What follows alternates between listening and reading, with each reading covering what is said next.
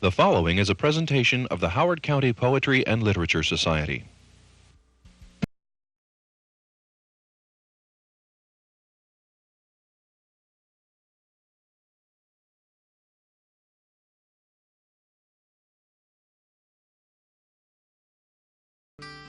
Hello, my name is Lucille Clifton, and we're talking today with Linda Pastan. Linda Pastan is the Poet Laureate of Maryland. Linda has won a number of awards for her work, including the Morris English Award, the Dylan Thomas Award, which really sounds exciting. She has won fellowships from the Maryland Arts Council and the National Endowment for the Arts. Welcome, Linda. Thank you. So, Poet Laureate of Maryland, what does that mean? Well, as ex-Poet Laureate of Maryland, you probably know better than I do. I guess it means whatever the particular poet wants it to. I'd like to think that I can bring poetry a little bit to people who ordinarily wouldn't think about reading it by going to places that can't afford to have poets come to prisons and old age homes and various community organizations, because I do think that poetry can help people at particularly at times when they need to celebrate or to be consoled, and they just are frightened of it by perhaps the way it was taught in school, or it just sounds so difficult and scary, and when they see that it isn't, I think it could enrich their lives. So I just try to you've gone to audiences then that are not the usual audiences. Have you found them, do they appreciate your poetry? Do they appreciate poetry? Well, at the old age home I went to, for example, people were really excited, and it turned out wrote secretly themselves, and that was very good. I read at a women's prison, and I think that it was a little bit harder to tell. Those women were so grateful to have someone from the outside world there paying them any attention at all that it was hard to know how much of it was the poetry and how much of it was just talking. But that was a very enriching experience for me, certainly. That's an interesting thing. I think that probably the Poet Laureate gets something from it too. So from talking to audiences that have not been, that are not what people think of as general poetry audiences. Do you find people thinking that you work for the state? Well, that hasn't happened really, except that I did have to be sworn in by the county clerk. Really? Right, which was very interesting. I had to swear to uphold the Constitution and such. Luckily, I liked the Constitution. That wasn't a problem. But that was as official as it ever became. I don't think I got sworn in. I don't remember. Maybe I did. I asked the question because one of the things I do remember about being Poet Laureate was that I got a phone call from someone who said, "Are you the Poet Laureate?" And I said, "Yes." And she said, "I need a poem." And I suggested that perhaps she should write one, which would be a good idea.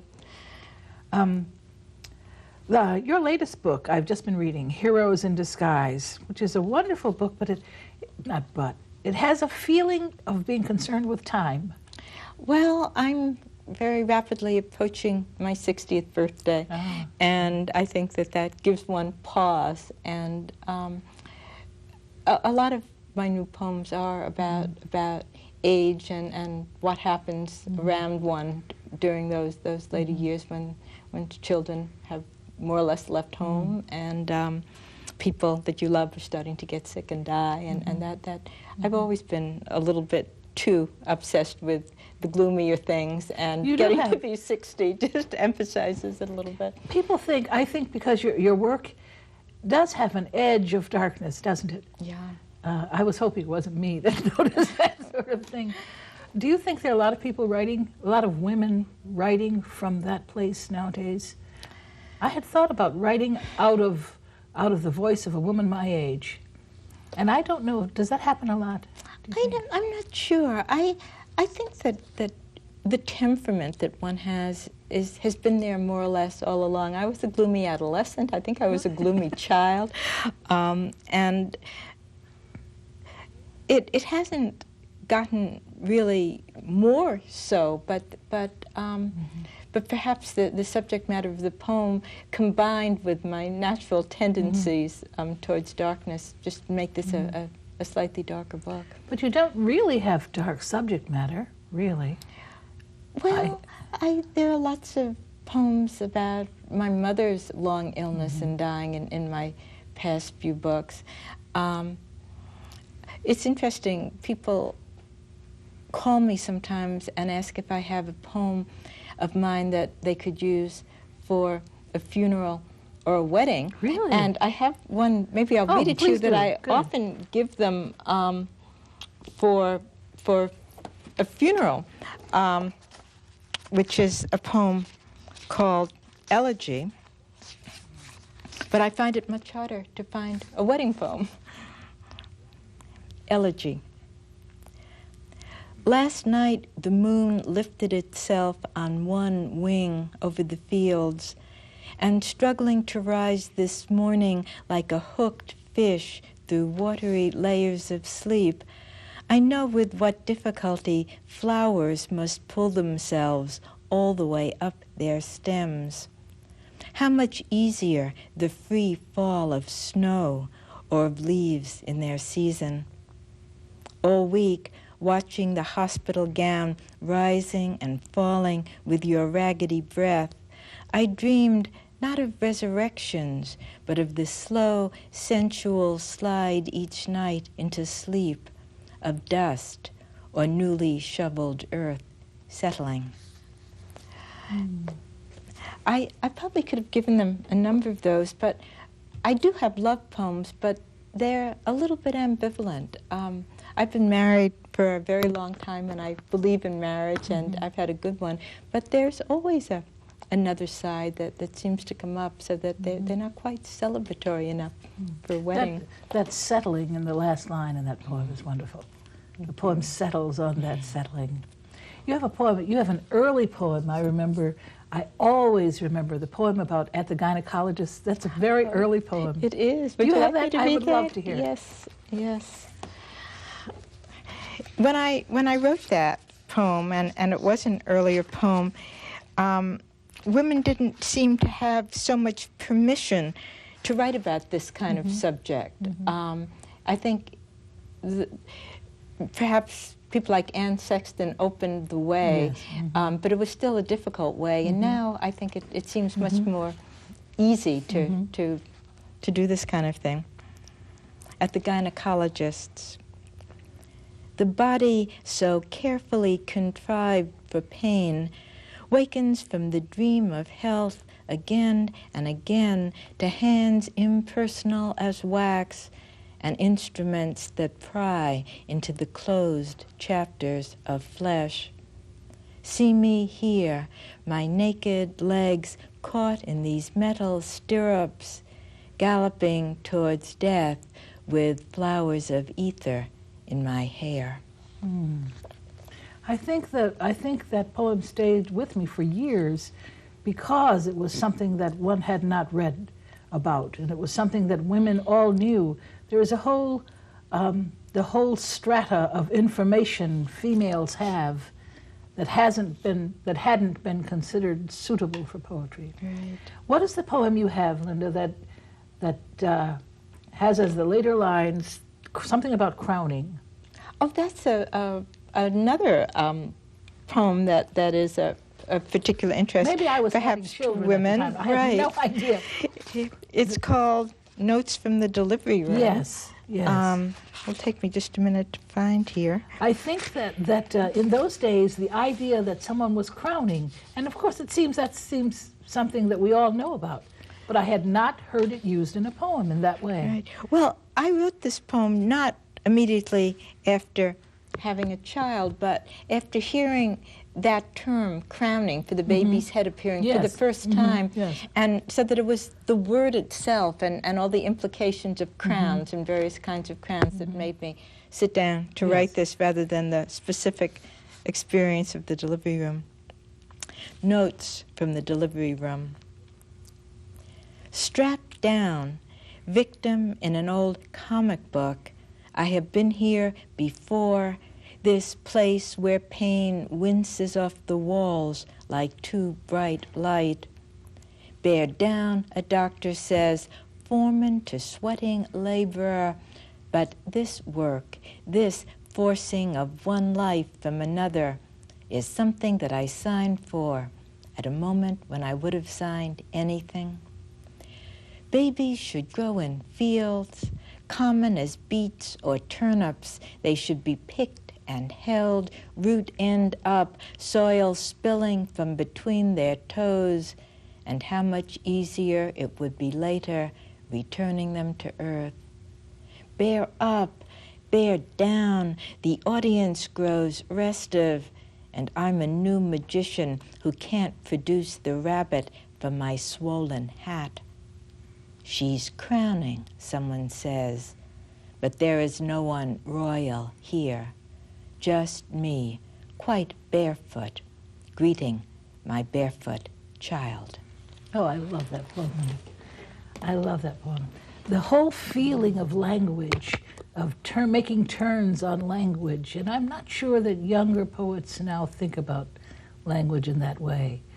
Reading that, and this was a while back, I remember thinking, well, of course, children are barefoot when they're born. It wouldn't occur to me to say that they are, in fact, barefoot. And just the turns on crowning, that's wonderful. It's interesting. I read that poem a number of years ago at a writers' conference that I teach in the summer, and afterwards a number of women wanted to discuss with me their delivery room experiences, which was fine, but they were quite upset to learn that this really hadn't specifically been my delivery room experience. And when I had children, it seemed in many ways different, and I think many people don't realize that a poem isn't strict autobiography. It's sort of autobiography with a twist. It's fiction to a great degree. As long as it's, I tell my students, as long as it's true, that it's fact, doesn't really matter, but it's very hard for them to understand that truth and fact may in fact. These women were angry at me. Oh, really? Because it hadn't been literal truth, and I think I quoted Frost, who said, poets lie to tell the truth. Absolutely. Absolutely. How interesting they'd be annoyed. You've taught at Breadloaf, have you not? For how long? For 16 or 17 years. It's because I don't teach during the year, and writing is such an isolating thing, as you know, just sitting in a room by oneself for a lot of the time. And that writers' conference, just 12 days every year, being with people that think poetry is the most important thing in the world, it's just intoxicating, and it's real culture shock to come back to the real world and nobody pays any attention to it at all. That's funny. Do you find a difference in the students now and the students 15 years ago? Not as much as when I visit universities, giving readings and talking to students. It seems to me that the students right now are somehow serious in the wrong way. They're very interested in the career aspects of it rather than just in the poetry, and I find that a little bit worrisome. It's interesting that students think of being a poet as a career choice. Right. Nobody in their right mind. Who chose this? Right. I think poetry chooses you, and you're stuck. Well, say that again. Poetry chooses you, and you are stuck. I hope that my students get a chance to hear that, because they do now. And do you think it's because poetry, it hasn't been taken over by the Academy? The Academy may like to think so, but it hasn't happened. But it happens a lot in the Academy. I think there is a danger in that people think you go there and say, oh, I know, I'll be a poet for a few years when I have time. Do you find that, do you have questions and things when you go to places as Poet Laureate of Maryland? Do you find people have questions about poetry? Because you go to places where the people are not Academy people. Do you find a difference in their questions and attitudes? Well, some of the places I've gone there are also interested in the old, how do you get a poem published? They're very shocked to hear that one makes so little money from magazines or even from book publications, that's really an eye-opener, that one still goes through life being rejected. I don't know any poet, no matter how acclaimed, that has all the poems they send to every place just immediately taken. So that keeps one honest and somehow humbled, I think. One thinks maybe it's good for us, accepting at the time you don't think that, but later you think this was probably good for me. It's interesting and true.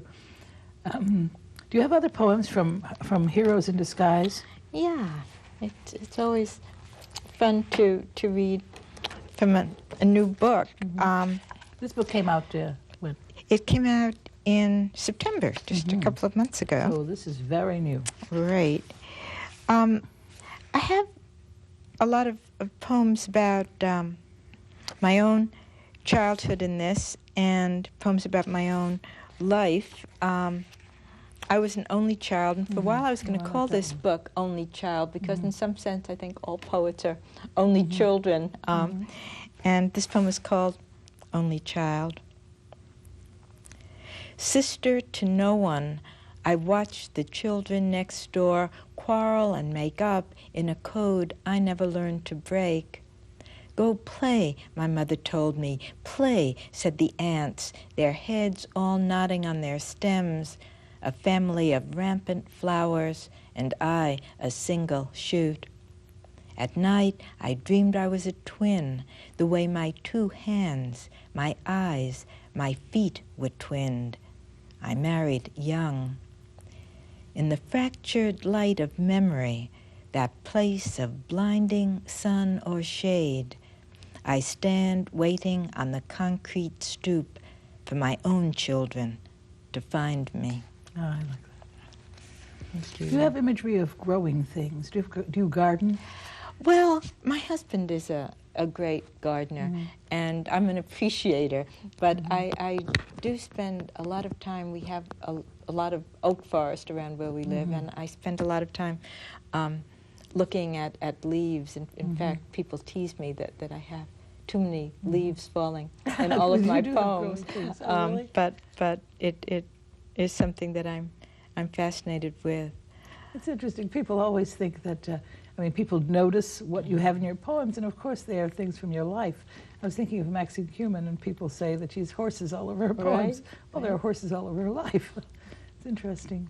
Why they would think one did not have that is an interesting question.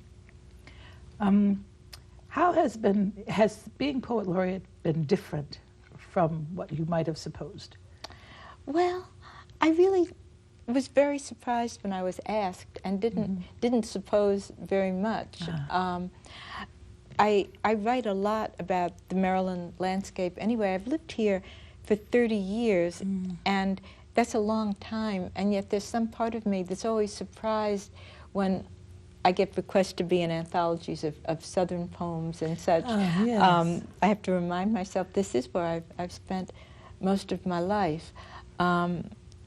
I worried that they were going to want me to write specifically Maryland kinds of poems. They haven't, but I do have a new poem that I was thinking a lot in terms of Maryland landscape. When you're Poet Laureate, don't you begin to feel perhaps I should write something That's that right. says Maryland? That's right. That's right. True. Well, this one I named for the street that I live on, which is Belle Mountain Road, and I couldn't call it Maryland Seasonal. I thought about it. I said, well, if there's some real Poet Laureate occasion, maybe I'll do that. But it's in 3 numbered parts, and it's called Beall Mountain Seasonal. 1, Columbus Day. Tentative as envoys to an undiscovered country, the first leaves come circling down on the sweet currents of Indian summer air, each leaf its own small vessel, a dozen colored sails becoming an armada. And soon the world we know will disappear behind us, and what will be discovered is simply winter. 2, Thanksgiving. Like a secret suddenly disclosed, a deer at the window fills the morning with the silence of grace, mouth full of delicate leaves, and in one blink straightens its arced back into a disappearing arrow. 3. The first day of winter. How many birds will disappear today, taking their songs with them, leaving behind not silence, but the rasping sound of the wind honing its razored edge along the branches of trees, the color of all the autumns rusted away already. Oh, that's wonderful. That feels like a Maryland poem to me. Well, and it feels like a poem about poetry. Maybe when poets write, I wonder if everything we write is about poetry in some way, about poetry, about being a poet. I have a lot of poems that are in one way or another about writing, and sometimes I feel guilty about it. I remember someone once saying you're only allowed to have a couple of poems about writing, but poems about writing are about creativity in general and about the imagination, I think. I have a number of them in this book.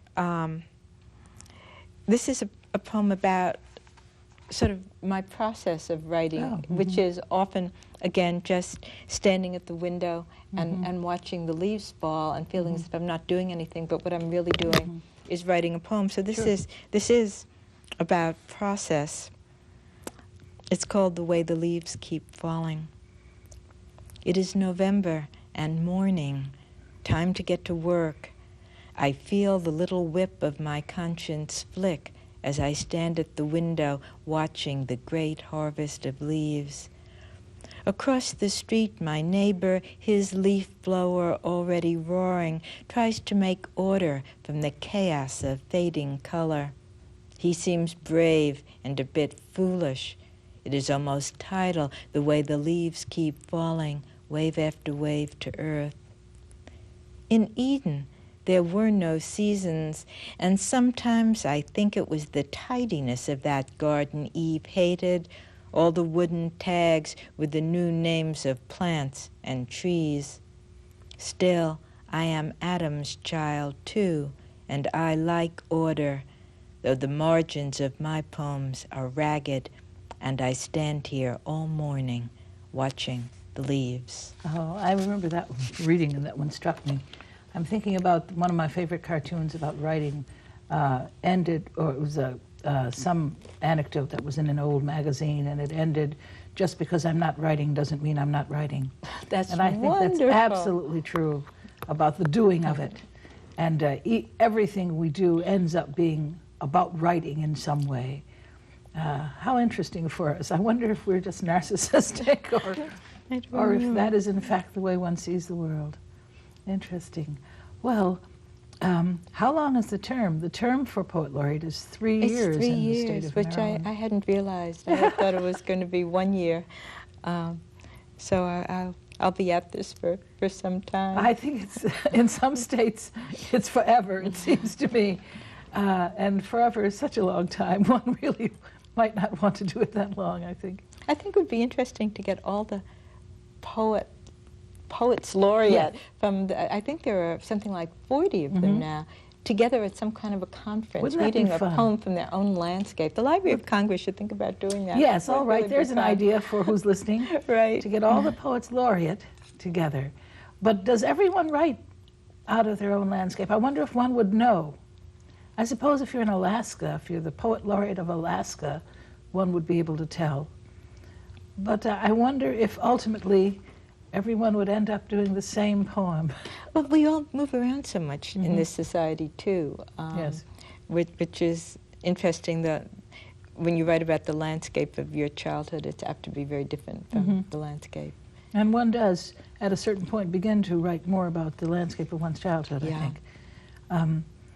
I thought at one point, I've written Buffalo poems. I'm originally from Buffalo, New York. And I begin to look at those poems and think about, perhaps finally, after a lot of years, understanding what that landscape meant to me. Do you have one final poem? You're writing a lot, is that true? You have Yes. a lot of new Yeah, poems. That's great. I do. Great feeling. Well, maybe I'll end with the more or less title poem of Yes. my book, Heroes in Disguise. I begin the book with just quoting from the last stanza, and then the book ends up Yes. back again. The poem is called Gleaning. Driving from coast to coast down looped highways, I notice how the future we have been speeding towards for years is receding behind us. We must have crossed some boundary and hardly noticed. People we once hurried to greet are standing along the roadside waving goodbye. Your grandfather in his ancestral cap, my mother holding aloft a flowered hanky. Still, we continue on, the car radio playing music we danced to. How many years ago? When I tried to count, I put myself to sleep. Talk to me, you say, don't doze off. We must watch for whatever the stubborn flesh still offers, the smell of hay sharp and sweet on the air, desire, that old song. Look out the car window. Hogs have been let loose in the stubbled fields like heroes in disguise to find what grains of corn are left. Oh, that's wonderful. Heroes in disguise. That's wonderful. That's wonderful. Well, well, how good that we finally have talked. We haven't Right. been together in a while. Right, Some right. years. What I remember is, do you remember a long time ago, we were somewhere together and someone said, oh, here's the local poet. Do you remember that? That was one of the great moments of my life.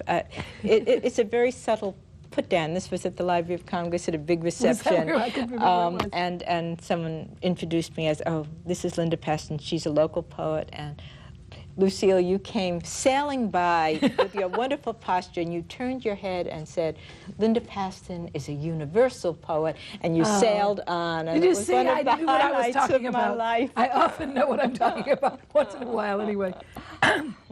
Well, thank you for being here. Thank you for very being much. our Maryland Poet Laureate, who is in fact a contemporary American poet of the first order.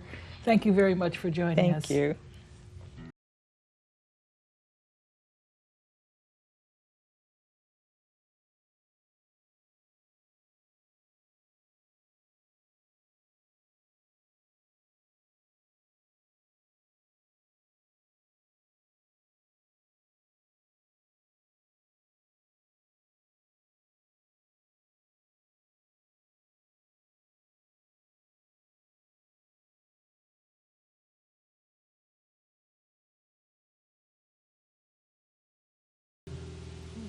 This has been a presentation of the Howard County Poetry and Literature Society.